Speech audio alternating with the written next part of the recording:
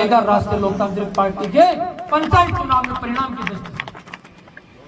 साथियों, कुछ बातें मैं आपको इसलिए कहना चाहता हूं, कार्यकर्ता सम्मेलन की बात जब आती है तो परबाती लाल जी, ऐसा कोई दिन नहीं जाता जो हमें फोन करके कहते नहीं है कि क्या कर रहे हो, कहां हो, कितने लोगों को आपने पार्टी से जोड़ा है या किन किन लोगों से आपने आज बात करी।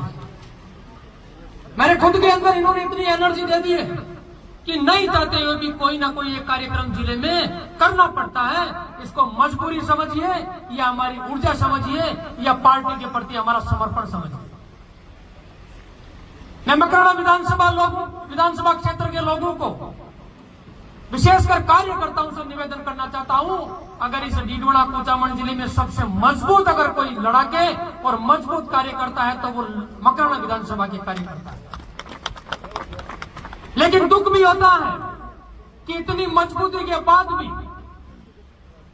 हम आज भी एकजुट नहीं है। इस विधानसभा क्षेत्र में एक बिखरे हुए रूप में है।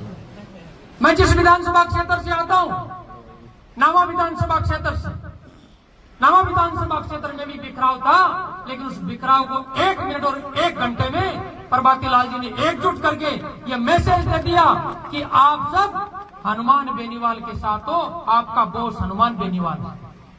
किसी भी कार्यकर्ता को मन छोटा करने की जरूरत नहीं है। हम सब जो लोग आगे बैठे मंच पर और आप जो सामने बैठे हैं, ये हनुमान बेनीवाल जी के कार्यकर्ता हैं। यही एकमात्र ऐसी पार्टी है जिसमें निर्णय जो होता है वो हनुमान बेनीवाल जी के वहां से होता है।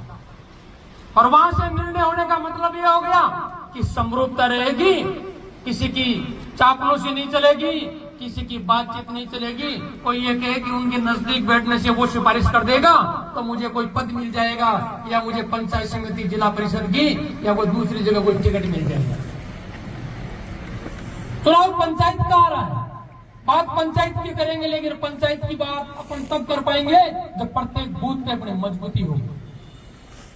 बूथ हमारा झांकली लग रहा है और इटावा में जाकर के हम वहां पर कह रहे हैं कि राष्ट्रीय लोकतांत्रिक पार्टी को मजबूत कर रहे हैं, तो राष्ट्रीय लोकतांत्रिक पार्टी में मजबूत नहीं हो सकती। क्योंकि वहां पर क्या होगा, वहां पर जो व्यक्ति कार्य कर रहा है वो नाराज होगा कि भाई जब तुम झांकली के हो तो इटावा में क्यों कर रहे हो, इटावा वाले बूढ़सू में क्यों कर रहे हो और बूढ़सू वाले कुचामन में क्यों कर रहे हो। आज मकराना विधानसभा क्षेत्र में 296 बूथ है। मैं धन्यवाद देना चाहता हूं बड़े भाई रमेश जी बुगालिया।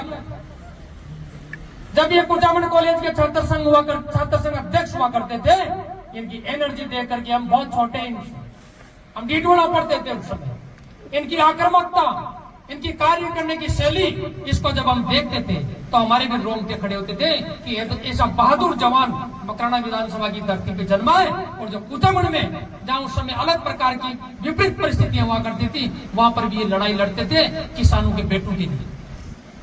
मैं धन्यवाद देना चाहता हूं उमर सिंह जी को कि आपने उस पार्टी को ठोकर मारी जिस पार्टी के लोगों के मन में बहुत बड़ा घमंड था। मैं धन्यवाद देना चाहता हूं प्रत्येक उस कार्यकर्ता को। मैं नाम किसी का इसलिए नहीं लेना चाहता कि यह सबसे बड़ी समस्या ये की हो जाती है परबाती लाल जी, जो एमपी साहब बार बार ये कहते हैं, अगर मैं 5 बार उनके ऑफिस में चला गया तो लोग मुझे ये मानेंगे कि एमपी साहब के नजदीक है।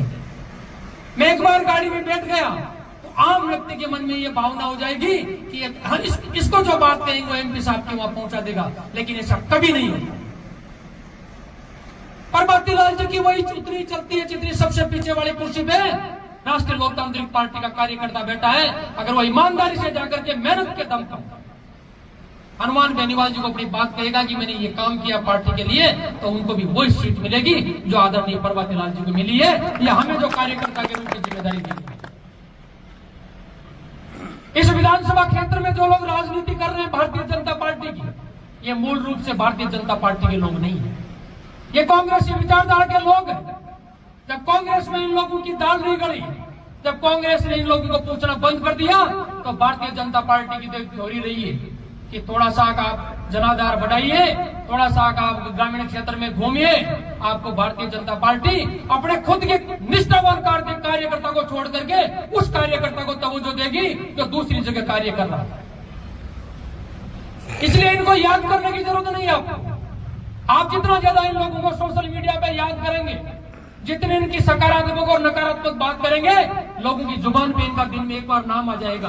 तो सबसे पहले आपको ये पढ़ लेना है, सोशल मीडिया एक ऐसा माध्यम है, ये सोशल मीडिया आपको अर्श में भी ले जा सकता है और फर्श में भी ला सकता है। हमारी एक कमजोरी भी, उस कमजोरी को भी मैं बताना चाहता हूं, क्योंकि मैं जो बातें बोल रहा हूं वो केवल मकराना विधानसभा क्षेत्र नहीं सुन रहा है, ये वर्ल्ड में जहां पर भी राष्ट्रीय लोकतांत्रिक पार्टी का कार्यकर्ता बैठा है उसको जरूर सुनेगा। किसी भी बात को किसी का भी हाथों हाथ पक्ष ले लेते हैं,